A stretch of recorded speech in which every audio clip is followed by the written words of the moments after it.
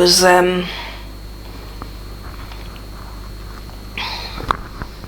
on drugs to thin my blood, and I didn't want to take warfarin, which is an old standard drug, cheap and needs constant monitoring, and I worked full time, and when they monitored your blood, if you weren't in the range they wanted you to be in, then you had to go back soon, sooner. It could be some day later that week or early the following week. Yeah. And so there was constant monitoring, and I used to call it the warfarin game. So if your blood wasn't in range, you'd have to go back sooner, and then they'd change your dose, and then they'd say, you could stay on this dose for that long, and nothing would change at all. In that time, you're still taking the tablets as they told you. But I got fed up of warfarin because it's a real pain having to keep getting checked. So I had to call in the doctors, which meant I had to take time off work to do it. And because I worked full time, it wasn't convenient, that's for sure. And it wasn't easy, so I had to keep constantly taking time off regularly. So I said, well, is there another drug that we can use? And apparently they had some new ones that are fairly recently on the market. So we ended up seeing a haematologist at Manchester Royal Infirmary, and we tried a couple of other drugs which didn't need constant monitoring, which was good in that respect, but I found myself worrying that I wasn't blood wasn't properly thin enough, because they weren't checked, and it wasn't the same check used anyway, so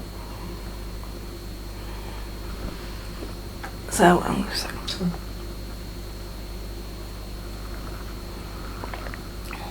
Stop talking.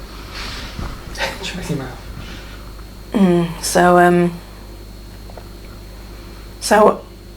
I was trying these various other different types of drugs, and I was on one particular drug that was supposed to help with the anticoagulation, but while I was on this drug,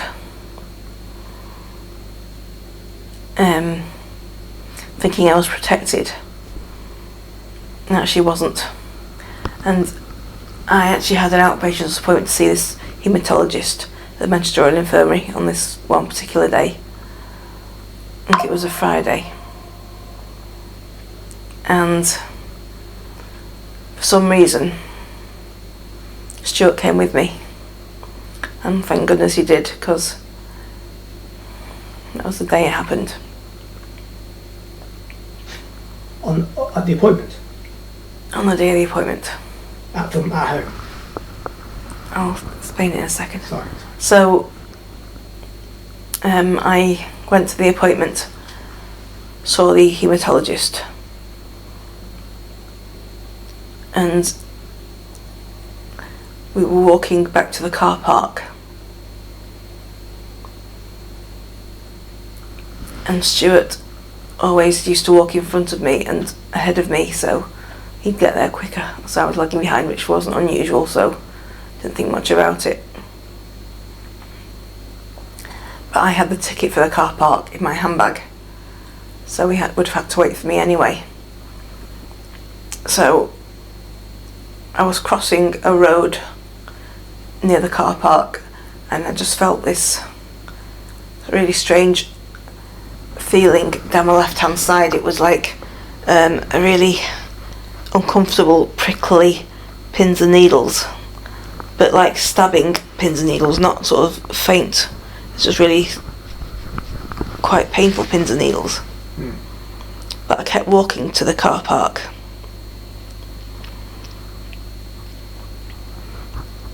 And I don't know how I managed to keep walking, but I did. So that was when it happened. So I got to the car park, in the foyer of the car park, where the ticket machine was, and saw Stu. And I was trying to get the ticket out and put it in the machine, see how much we had to pay. And apparently I was trying to get a ticket in the slot, and I kept missing the slot.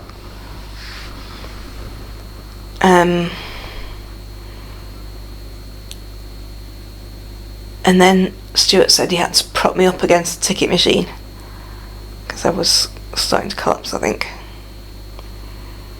And he actually said to people who were around at the time, I think she's having a stroke.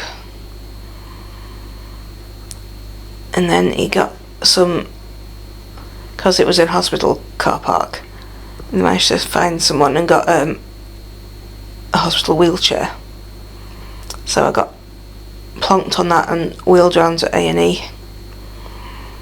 So luckily I was in the right place for something like that. But I remember being in A&E and just being asked questions like, can you raise your arm and point your toes and raise your leg, that sort of thing.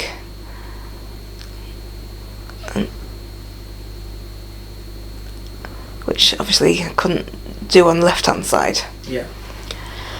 So yeah, I had a major stroke which basically completely changed my life. So I've gone from a busy, independent woman running around, full-time work, sorting my kids out, everything out, home out and everything, to being incapacitated. How old were the kids when that happened? Kids were 12. They were only 12. I felt so sorry for them having me as their mother now, because obviously I wasn't going to be much use to them. They were only 12. I mean, they just started high school. And I was crying more for them than for me. I did cry for myself as well, of course, but here's what it is. What can you do? And I was in hospital for 7 weeks. And at the end of that, I was climbing the walls. I was desperate to get home. I honestly thought they'd never let me out. And I remember coming back here to my home, finally after 7 weeks, coming home. And I came in and I cried, just like the emotion of coming home and finally being here, when I thought they were going to keep me in forever. So yeah, I am. Was it your abilities had changed? Stepping back into this house, had it become unusable in a way?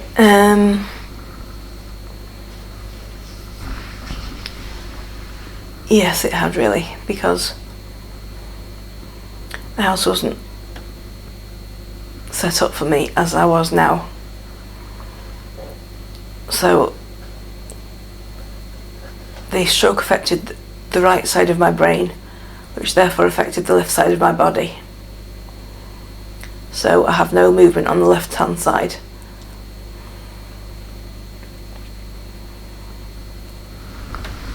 So I had a lot of people say when I was in hospital that I was, young to have a stroke. I mean, I thought strokes were really for the older people. You hear of older people having them. And I was 45 at the time. And I just thought, how could it be me?